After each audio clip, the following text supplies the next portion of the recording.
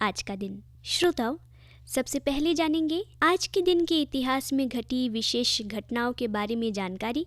आगे चलकर जानेंगे उन विशेष व्यक्तियों के नाम जिनका जन्म आज के दिन हुआ था, और उन खास लोगों के नाम भी आप जानेंगे जिन्होंने आज के दिन दुनिया को अलविदा कह दिया। फिर आज के दिन को किन किन अवसरों व पर्व के रूप में मनाया जा रहा है, इस विषय पर भी आपसे बातें होंगी। श्रोताओं, आज के दिन के इतिहास में बहुत सी विशेष घटनाएं घटी थी, जैसे कि वर्ष 1795 में पहले बांग्ला नाटक का मंचन हुआ। अल्फ्रेड नोबल ने वर्ष 1895 में नोबेल पुरस्कार की स्थापना की। छठा वेतन आयोग देने वाला उत्तर प्रदेश वर्ष 2008 में देश का पहला राज्य बना, और वर्ष 1995 में आज ही के दिन Miss Venezuela Jacqueline Aguilera Miss World चुनी गई। आज के दिन बहुत से विशेष व्यक्तियों ने जन्म लिया था, जैसे कि भारत के प्रसिद्ध इतिहासकार एवं पुरातत्व के अंतर्राष्ट्रीय ख्याति प्राप्त विद्वान श्री काशी प्रसाद जायसवाल का जन्म वर्ष 1881 में हुआ। प्रसिद्ध स्वतंत्रता सेनानी और लोकसभा के प्रथम अध्यक्ष अर्थात स्पीकर श्री गणेश वासुदेव मावलंकर का वर्ष 1888 में जन्म हुआ। प्रसिद्ध कवि और लेखक श्री हरिवंश राय बच्चन का वर्ष 1907 में जन्म हुआ। साथ ही आज के दिन मार्शल आर्ट्स के महानायक ब्रूस ली का वर्ष 1940 में जन्म हुआ। हिंदी फिल्मों के एक प्रसिद्ध संगीतकार श्री बप्पी लहिरी का वर्ष 1952 में जन्म हुआ, और भारतीय क्रिकेटर श्री सुरेश रैना का भी वर्ष 1986 में आज ही के दिन जन्म हुआ था। आइए अब आपको बताते हैं उन खास लोगों के नाम जिन्होंने आज के दिन दुनिया को अलविदा कह दिया।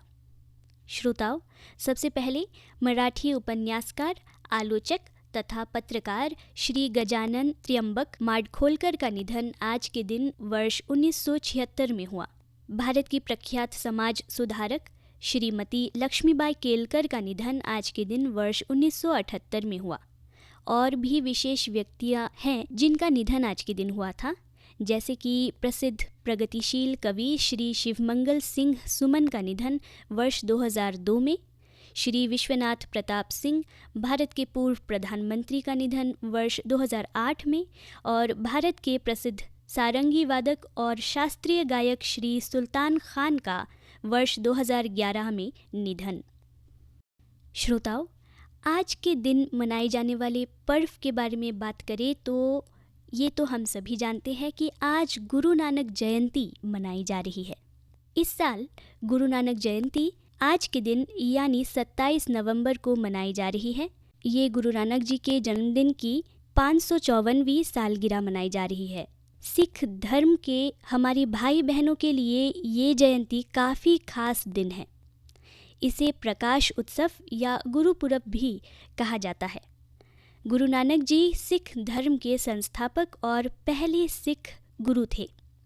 उनका जन्म साल 1469 में कार्तिक पूर्णिमा के दिन हुआ था।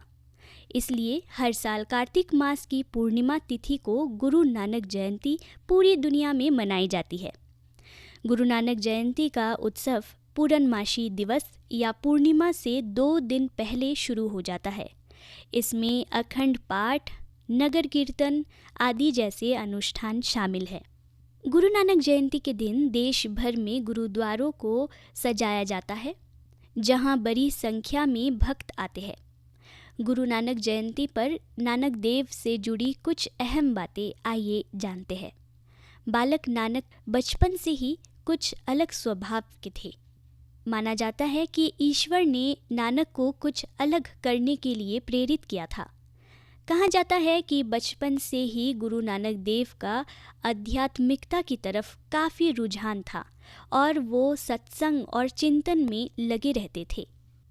ईश्वर के प्रति गुरु नानक का समर्पण काफ़ी ज़्यादा था, जिसके कारण लोग उन्हें दिव्य पुरुष मानने लगे। 30 साल की उम्र तक गुरु नानक देव का ज्ञान परिपक्व हो चुका था और परम ज्ञान हासिल होने के बाद उन्होंने अपना पूरा जीवन सत्य का प्रचार करने में बिता दिया। गुरु नानक का ये मानना था कि लोगों को अपने गुणों का विकास करना चाहिए। वे अंधविश्वास और आडंबर के सख्त खिलाफ थे। उन्होंने स्थानीय साधुओं और मौलवियों पर भी सवाल उठाए थे। नानक को बाहरी दिखावा बिल्कुल पसंद नहीं था और वे हमेशा आंतरिक बदलाव पर जोर देते थे। नानक प्रकृति में ही ईश्वर की तलाश करते थे। उनका कहना था कि चिंतन के माध्यम से ही अध्यात्म के रास्ते पर बढ़ा जा सकता है। उन्होंने 22 सितंबर वर्ष 1539 को करतारपुर, पंजाब में देहत्याग किया। नानक ने अपने आध्यात्मिक यात्रा की शुरुआत भारत, तिब्बत और अरब से की थी। इस दौरान नानक ने काफ़ी अध्ययन किया और सिख धर्म की राह को आकार दिया और अच्छे जीवन के लिए अध्यात्म को स्थापित किया। उन्होंने अपने जीवन का आखिरी समय पंजाब के करतारपुर में गुजारा। हमें सुनने वाले हमारे सिख भाई बहनों को गुरु नानक जयंती की ढेर सारी बधाइयाँ। आपको ये भी बता दें कि आज कार्तिक पूर्णिमा है। कार्तिक मास को सभी महीनों में बेहद शुभ व फलदायी माना जाता है। मान्यता है कि कार्तिक पूर्णिमा के दिन पवित्र नदी में स्नान व दान करने से इस पूरे महीने की गई पूजा पाठ के बराबर फल मिलता है। कार्तिक महीना भगवान विष्णु को अति प्रिय है। श्रोताओं, कार्तिक पूर्णिमा को देव दीपावली के नाम से भी जाना जाता है। मान्यता है कि कार्तिक मास में भगवान विष्णु ने मत्स्य अवतार लिया था। धार्मिक मान्यताओं के अनुसार कार्तिक पूर्णिमा के दिन पवित्र नदी में स्नान करने से व्यक्ति को पापों से मुक्ति मिल जाती है। ये भी मान्यता है कि इस दिन स्वर्ग से देवतागण भी आकर गंगा में स्नान करते हैं। इसलिए कार्तिक पूर्णिमा के दिन गंगा स्नान ज़रूर करना चाहिए। अगर आपका गंगा स्नान के लिए जाना संभव नहीं है तो घर पर ही पवित्र जल में गंगा जल मिलाकर स्नान किया जा सकता है। हम बात कर रहे थे कार्तिक पूर्णिमा के विषय पर। श्रोताओं, पुष्कर मेला भी राजस्थान में आरंभ हो चुका है। अजमेर से लगभग 11 किलोमीटर दूर हिंदुओं का प्रसिद्ध तीर्थ स्थल पुष्कर है। यहाँ पर कार्तिक पूर्णिमा को मेला लगता है, जिसमें बड़ी संख्या में देशी विदेशी पर्यटक भी आते हैं। पुष्कर मेले का एक रोचक अंग ऊँटों का क्रय विक्रय है। निसंदेह अन्य पशुओं का भी व्यापार किया जाता है, परंतु ऊँटों का व्यापार ही यहाँ का मुख्य आकर्षण होता है। मीलों दूर से ऊँट व्यापारी अपने पशुओं के साथ में पुष्कर आते हैं। 25,000 से भी अधिक ऊँटों का व्यापार यहाँ पर होता है। ये संभवतः ऊँटों का संसार भर में सबसे बड़ा मेला होता है।